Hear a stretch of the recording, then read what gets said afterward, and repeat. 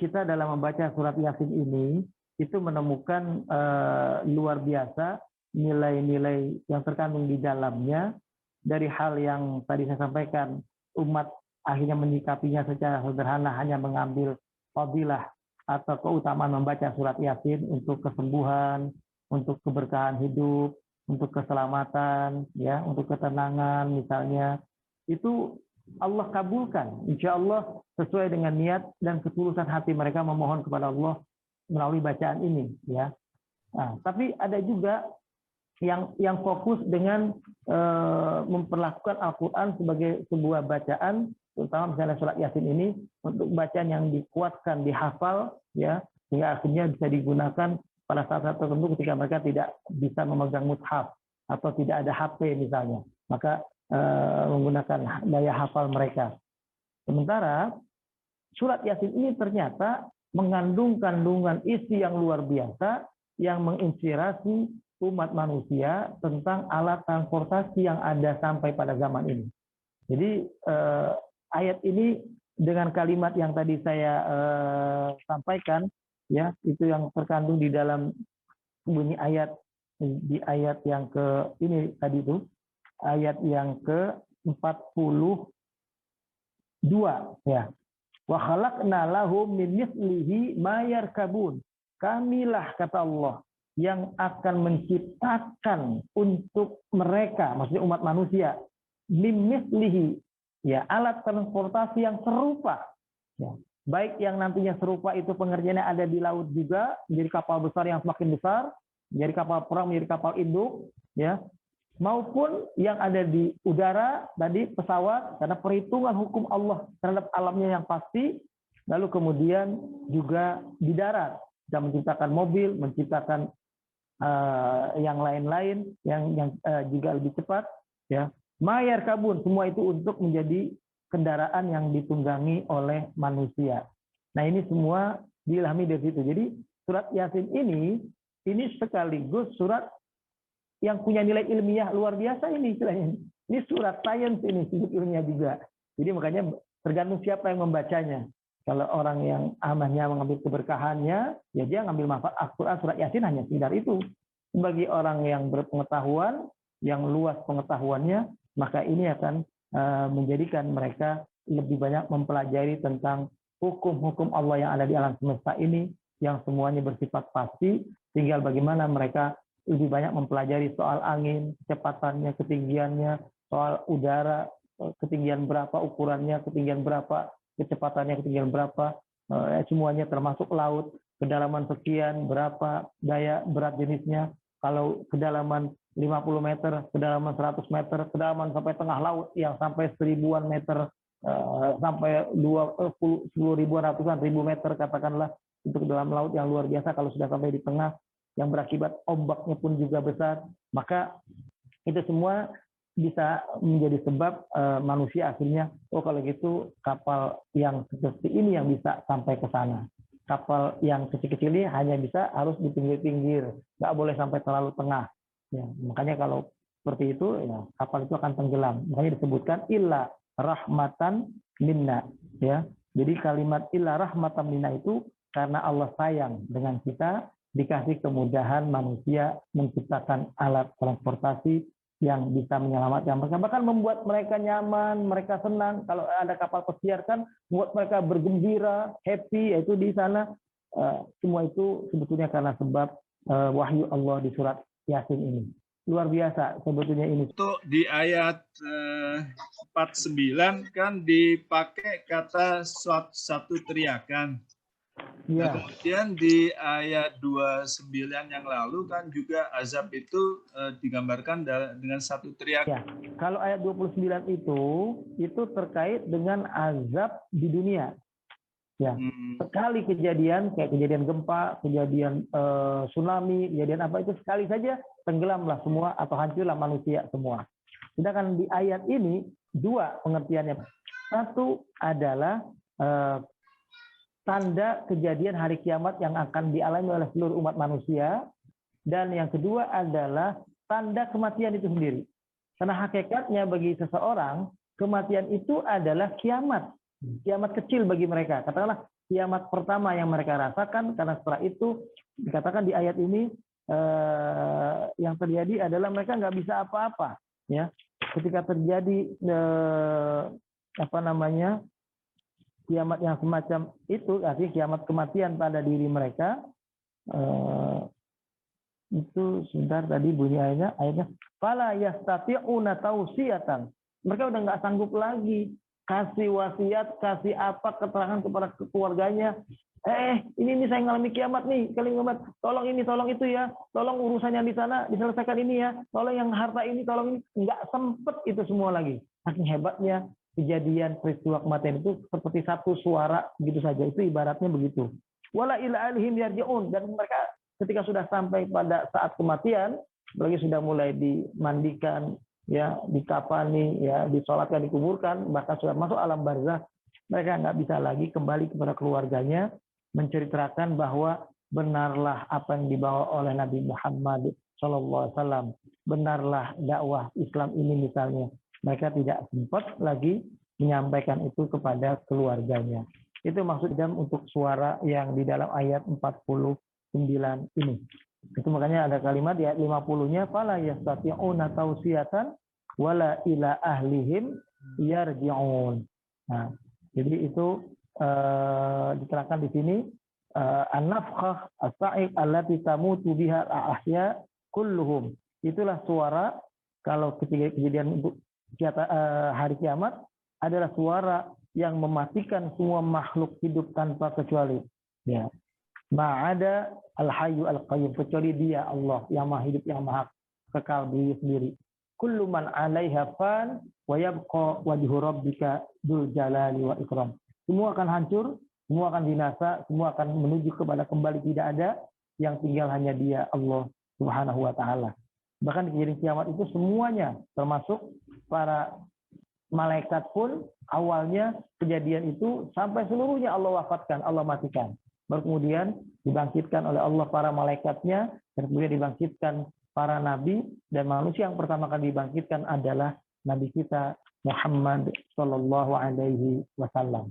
Yang sebuah hadis diterangkan seperti itu. Dan yang kedua, bukan Nabi Adam, bukan Nabi Ibrahim, tapi adalah sahabat beliau yang ada di sisi kubur beliau, yaitu Abu Bakar dan Umar radhiyallahu anhuma. Makanya bagaimana mungkin dua orang sahabat yang nantinya akan Allah bangkitkan di hari kiamat sebagai manusia yang kedua setelah Nabi, ya, dikafirkan, dicela oleh orang-orang Syiah misalnya sebagai sosok yang dianggap mengambil hak kekhalifahan yang tadinya memang sunatullahnya sudah sedemikian rupa. Akhirnya mereka bermusyawarah umat manusia, para sahabat saat itu, akhirnya memilih Abu Bakar. Itu dianggap merampas wasiat yang sebetulnya ada dari Nabi untuk kekhalifahan diserahkan kepada Ali bin Abi Thalib, sebagaimana anggapan kaum Syiah. Nah, itu terbantahkan sebetulnya dengan keterangan hadis yang semacam ini sebetulnya. Wallahu a'lam bishawab. Berhubungan dengan ayat 52. Ini dalam artinya mereka berkata, celakalah kami, siapakah yang membangkitkan kami dari tempat tidur kami atau kubur. Nah, tolong jelaskan dari tempat tidur. Tempat tidur di sini artinya di kata-kata tidur itu apakah sama di alam barzakh atau di dalam kubur itu dengan di alam dunia tidur. Asumsi kita kata-kata tidur itu ada tidur pulas, artinya tidak ada kegiatan apapun. Padahal dalam ayat lain bahwa di kubur itu ada azab kubur, ada fitnah kubur. Nah, bagaimana pengertian di sini dibangun dari tempat tidur atau kubur itu? Betul bahwa di alam barzakh itu adalah alam yang berbeda dari alam dunia dan alam akhirat. Alam barzakh itu diterangkan di surat Al-Mu'minun, ya, ketika seseorang wafat, fa idza jaa ahadahumul maut, ketika seseorang datang kepadanya kematian, dilihat dari ayat 99 surat Al-Mu'minun sampai ayat 102, ya. Ketika seseorang mengalami kematian, siapapun mereka, apalagi orang kafir, itu pasti akan mengatakan Rabbirji'un, ya Allah, kembalikan kami ke dunia. Kembalikan kami ke dunia, ya.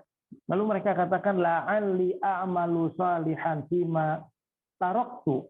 Ya, niscaya kalau kami sempat saja engkau izinkan ya Allah kembali ke dunia, kami akan berubah, kami akan melakukan kebaikan-kebaikan, ya amalan-amalan saleh yang tidak sempat kami lakukan pada waktu kami hidup dulu. Ya, itu mereka mengatakannya demikian. Tapi Allah menjawabnya dengan mengatakan, ya, kalla, sekali-kali tidak. Tidak akan terjadi mereka dari alam barzakh bisa kembali lagi ke dunia. Itu tidak akan terjadi. Ya. Innaha kalimatun huwa qailuha. Itu pun sebetulnya mereka orang kafir, orang yang berdosa itu hanya mengatakan pengen balik, pengen berubah, pengen berubah. Padahal sebetulnya kalaupun diizinkan balik, tetap nggak berubah. Ya. Yang asi, yang bermaksiat, yang fasik, yang kafir. Itu boleh dibilang kalau kita menyebut yang dapat azab itu kan 3 kelompok ini. Al-asi yang bermaksiat, al-fasik orang yang fasik, dan al-kafir itu yang akan mendapatkan. Ya, termasuk pengertian al-asi dan al-fasik adalah al-fajir. Ya, karena al-fajir itu artinya orang yang berbuat jahat. Orang jahat itu bisa, kalau jahatnya sedikit disebut maksiat, kalau jahatnya terus-menerus disebut dia berbuat fasik. Tapi kalau jahatnya sudah menjadi cap dalam dirinya dan betul-betul dia terpatri memang punya kebencian kepada umat Islam, itu dia adalah orang kafir, yaitu fajir. Nah, Allah katakan itu nggak mungkin terjadi. Tapi Allah bilang wa min waraihim barzakhun ila yaumi yub'atsun. Mereka nanti, ya, di belakang mereka itu ada sebuah tempat namanya barzakh, yang dimana tempat itu adalah tempat menunggu mereka sampai mereka nanti dibangkitkan. Di alam barzakh itu adalah alam yang berdiri sendiri, bukan alam dunia, bukan alam akhirat.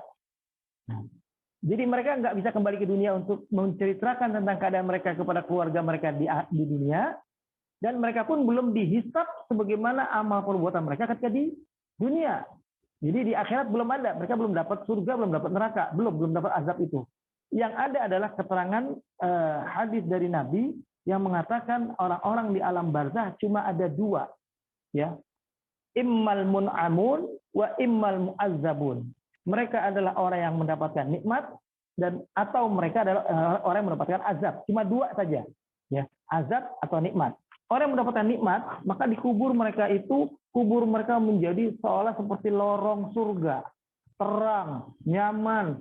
Mereka menikmati keberadaan mereka di alam barzakh itu seperti menikmati kenyamanan mereka ketika kita katakanlah maaf habis berhubungan atau kita habis dapat kebahagiaan sejati kebahagiaan di dunia ini, dapat katakanlah keberuntungan, senangnya bukan main.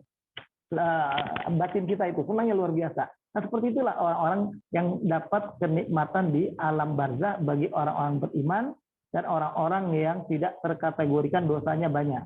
Ya. Sementara orang yang satu itu adalah diazab.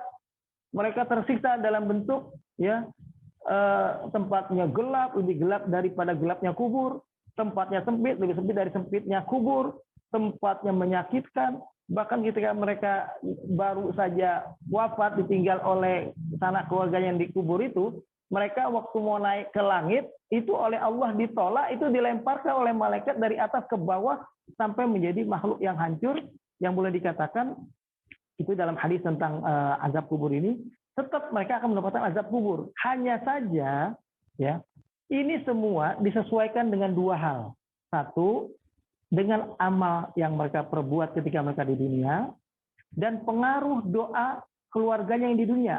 Jadi kalau keluarganya di dunia mendoakan mereka yang tadinya diazabnya katakanlah masanya mungkin misalnya 100 tahun, itu bisa berkurang menjadi 90 tahun.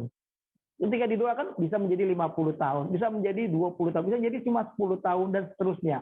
Dosa azabnya yang tadinya di alam kubur itu dia disiksa, dipukul, mengalami tekanan-tekanan yang besar seperti himpitan tanah,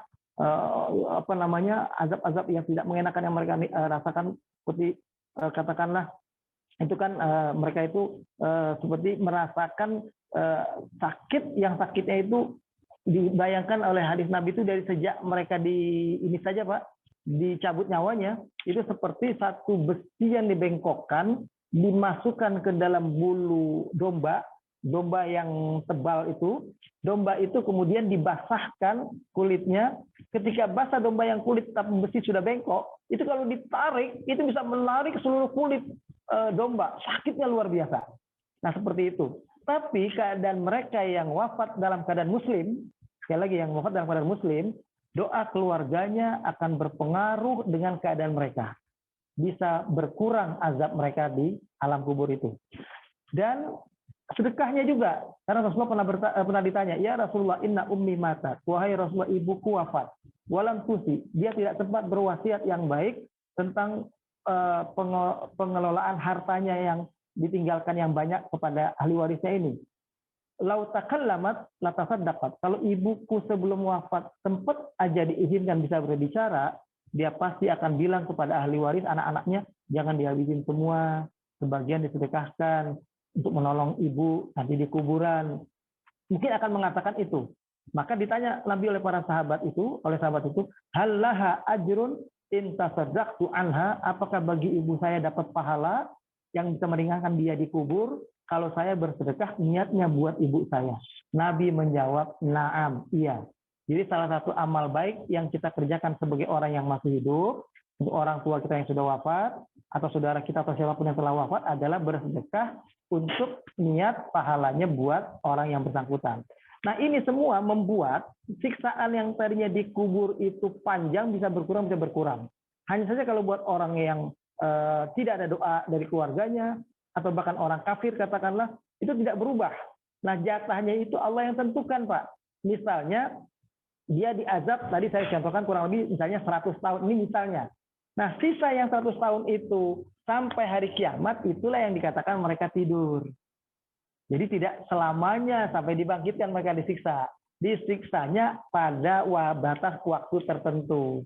Nah, mereka mengatakan di ayat ini, ya wailana man ba'atsana mim marqadina, ya Tuhan, celaka kami, kok kami bisa keluar dibangunkan dari tidur. Itu bukan tempat tidur maksudnya sebetulnya. Dibangunkan dari keadaan seperti tidur. Itu maksudnya.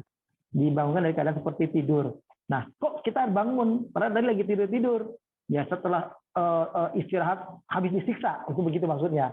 Kalau yang orang beriman setelah istirahat habis dapat kenikmatan. Itu begitu. Jadi keadaannya tidak sampai dibangkitkan mereka tersiksa. Tidak. Jadi ada siksaan, ada kenikmatan, tapi pada batas waktu tertentu. Dan itu masih bisa berubah oleh doa orang yang masih hidup. Dengan catatan yang wafat ini wafat dalam keadaan sebagai muslim. Makanya penting itu khutbah mengingatkan para khotib, wala tamutunna illa wa antum muslimun. Karena kalau orang itu kafir, doa saudaranya sudah tidak akan ada gunanya lagi. Sedekah saudaranya pun tidak akan ada gunanya lagi. Nah, baru nanti di akhir kiamat,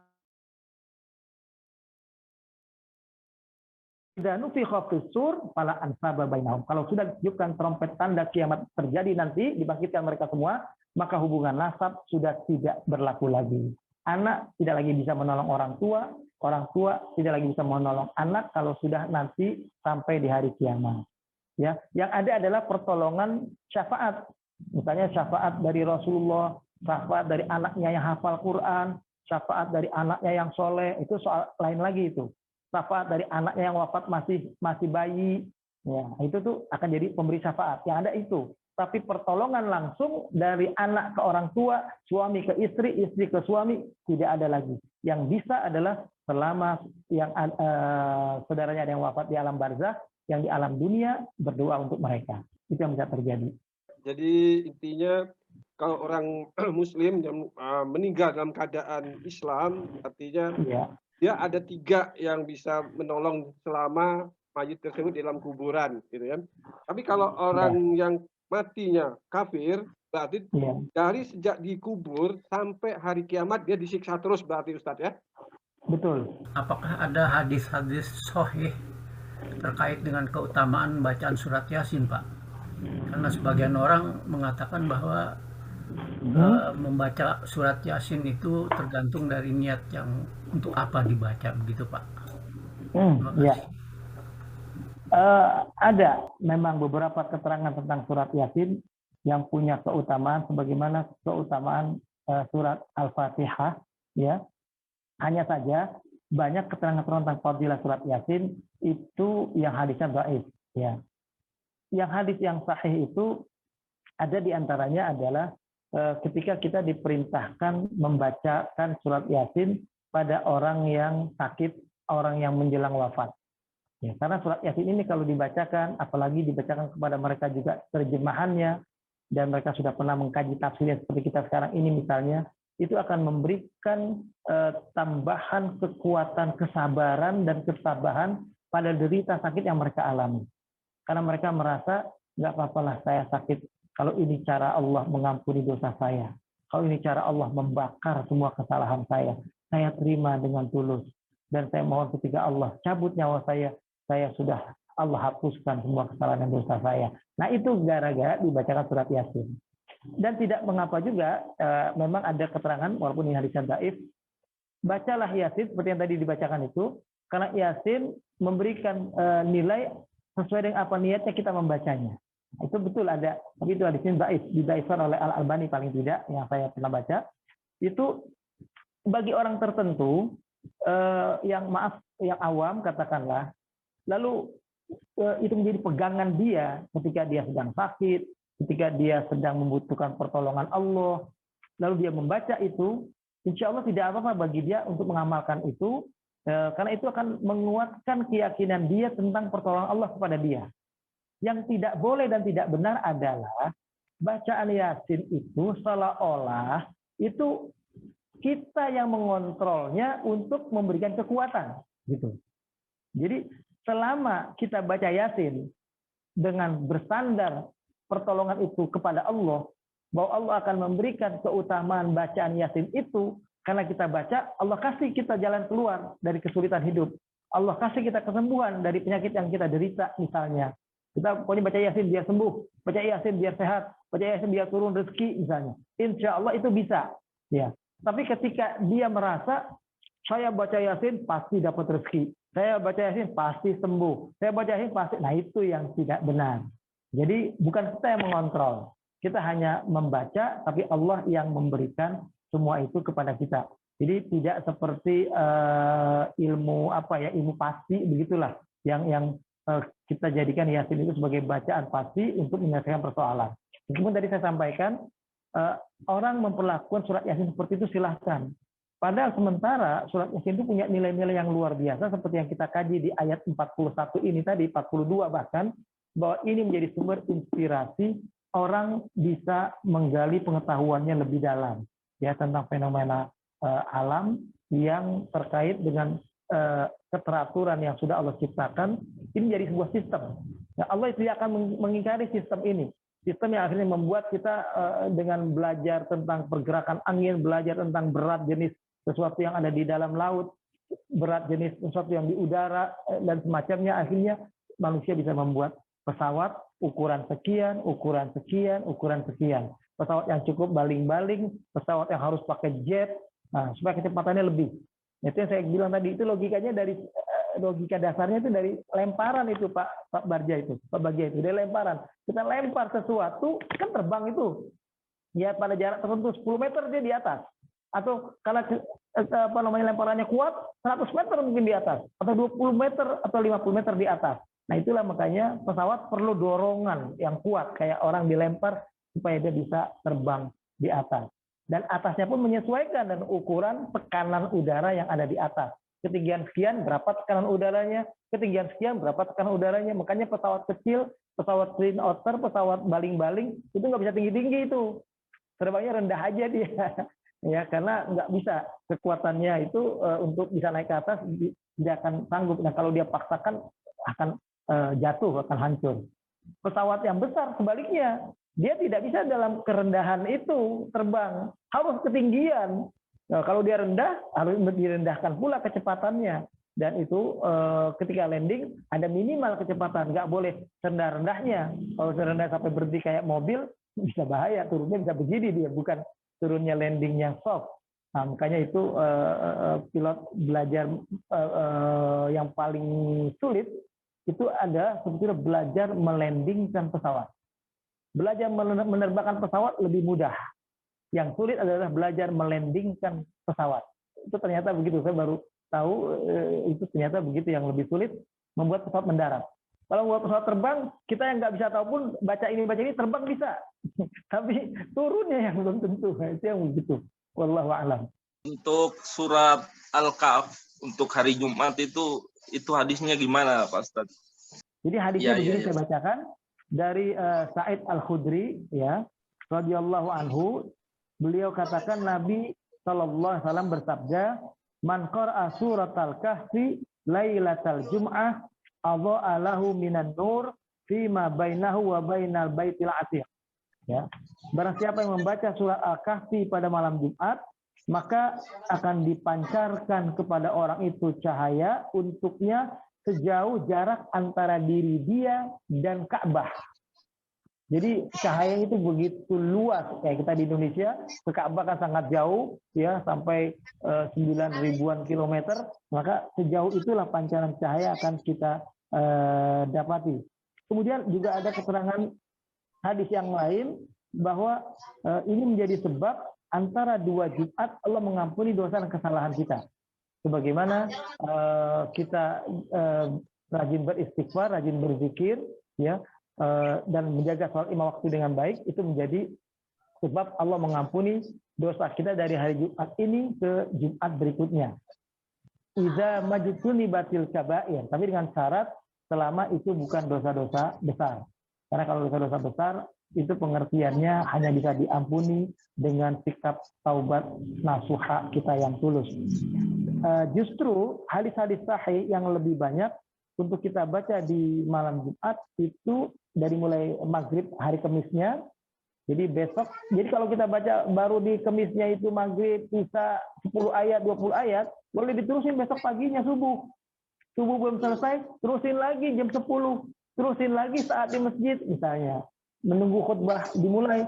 Tapi kalau khutbah sudah assalamualaikum khatib, kita nggak boleh baca lagi Al-Quran. Ya. Jadi baca apapun sudah nggak boleh, apalagi ngobrol. Baca Quran aja sudah nggak boleh. Kalau sudah khatib naik mimbar ucapkan salam. Nah, belum selesai juga, masih tersisa surah Al-Kahfi baru sampai 90 misalnya. Kan dia ada 108 ayat. Nah, kita baca ayat berikutnya di sesudah sholat Jumat, sesudah asar, masih boleh. Batas waktunya sampai dengan waktu sholat maghrib di hari Jumat.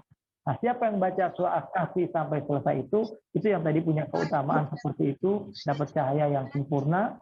Dan keutamaan baca surat Al-Kahfi justru lebih utama dari hadis-hadis yang terkait dengan keutamaan baca surat Yasin di malam Jumat.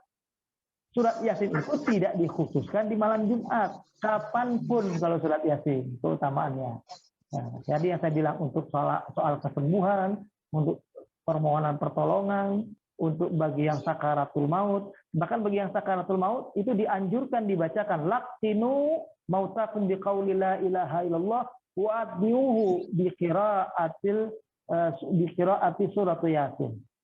Lakinkan orang yang wafat di antara kamu supaya bisa baca kalimat tauhid la ilaha illallah dan bacakan. Jadi kalau talqin itu la ilaha illallah. Ya. Tapi kalau yang dibacain bukan la ilaha illallah, yang dibacain surat Yasin. Jadi kita bukan bacain dia la ilaha illallah, la ilaha illallah, la ilaha di kupingnya, bukan. La ilaha illallah disuruh ajarkan. Tetapi itu ajarkan sampai dia ngucap. Nah, sampai dia ngucap itu orang yang menjelang wafat. Sementara kalau Yasin kita bacakan di depan dia supaya dia dengar. Kalau perlu bacakan terjemahannya supaya dia dengar. Atau kalau kita sudah capek nggak bisa baca langsung sendiri, pendengarkan orang yang sakit itu dengan katakanlah kaset ataupun rekaman di HP bacaan surat Yasin. Itu menjelang kematian yang lebih utama surat Yasin.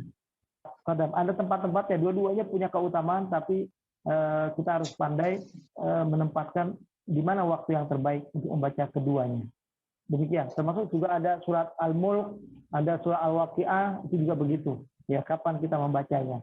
Dia seperti surat Yasin boleh dibaca kapan saja ketika kita punya hajat, punya keperluan. Wallahu a'lam bishawab. Yang untuk Jumat subuh, Ustaz, biasanya kami mendapatkan pada waktu sholat itu membaca surat As-Sajdah ya, kalau nggak salah. Ya, itu gimana hukum? Ya, kalau surat As-Sajdah di hari Jumat itu adalah anjuran saja, karena Nabi pernah membaca surat Hamim Sajadah, surat yang urutan ke-32 itu, Pak. Ya, nomor suratnya nomor 32. Beliau baca di rakaat pertama. Lalu ketika ketemu ayat-ayat tentang ayat sajadah itu yang bunyi tatajafa junubu anil madaji, ya, itu wahum yakhirun ilai, maka tersungkur sujud itu langsung Nabi mengamalkan itu, walaupun bukan wajib ya, sunnah untuk sujud, imam memimpin sujud, makmum ikut sujud. Karena imam baca itu pun tidak sujud, tidak apa-apa, tidak salah. Nah, pada rakaat kedua Nabi membaca surat Al-Insan, surat yang ke-76. Itu salah satu amalan yang pernah Nabi baca. Tapi Nabi tidak pernah membacanya setiap hari Jumat subuh. Jadi jangan jadi wirid setiap Jumat subuh baca itu jangan. Nabi pun sekali-sekali. Bisa dipahami Pak Sadar. Jadi kalau kita mengamalkannya setiap Jumat subuh baca itu kan jadi kebiasaan. Nah, kebiasaan itu kok jadi dijadikan kebiasaan pula oleh kita. Nyontoh siapa? Padahal Nabi sendiri tidak melaksanakan itu setiap saat. Sesekali pernah Nabi di hari Jumat di sholat subuh itu membaca surat Hamim Sajadah dan surat Al-Insan di rakaat yang kedua. Seperti itulah yang diamalkan di Masjidil Haram pun juga tidak setiap Jumat subuh. Kan kita pernah ngalami, ini pernah juga tidak, kan gitu. Nah, itu menunjukkan bahwa tidak selalu harus setiap subuh hari Jumat mengamalkan itu. Bahkan tidak mengamalkan sama sekali pun, meskipun ayatnya dibaca nggak sujud pun tidak salah. Seperti kita baca surat Al-Alaq, itu kan ujung suratnya berbunyi wasjud waqtarib. Itu sunnahnya kita sujud. Setelah sujud bangkit, lanjutkan bunyi ayat berikutnya, yaitu surah Al-Qadar. Setelah bunyi Al-Qadar kita baca, baru ruku. Itu yang sebetulnya kalau mau mengamalkan sunnah sujud tilawah di surah Al-Alaq. Tapi kalau ada orang hanya membaca surah Al-Alaq, wasjud waqtarib, langsung dia ruku, tidak sujud, ya, ruku saja, ya, dan seperti biasanya dalam urutan sholat, itu pun tidak mengapa, dia tidak berdosa. Hanya dia tidak melakukan kesempatan, menggunakan kesempatan itu untuk mengamalkan sunnah. Jadi dia membuang kesempatan untuk mengamalkan sunnah. Itu aja. Kerugiannya sedikit di situ. Nah, kita kalau nggak mengamalkan sunnah, itu bukan berarti kita berdosa, tapi kita membuang peluang, membuang kesempatan untuk mendapatkan nilai sunnah. Ya, itu aja. Maaf sebelum saya tutup, tadi ayatnya saya keliru membaca, yang saya sajadah itu bunyinya di ujung yang ketiga perintah sujud itu adalah innama yu'minu bi ayatina alladzina idza dzukiru biha kharru sujjadan, ya, wasabbahu, ya, bihamdi rabbihim wa hum la yastakbirun. Jadi sahabat Nabi dan Nabi tidak menyombongkan diri untuk sujud. Nah, makanya mereka sujud karena nggak menyombongkan diri. Kalau orang-orang kafir nggak mau sujud walaupun melihat kebesaran Allah.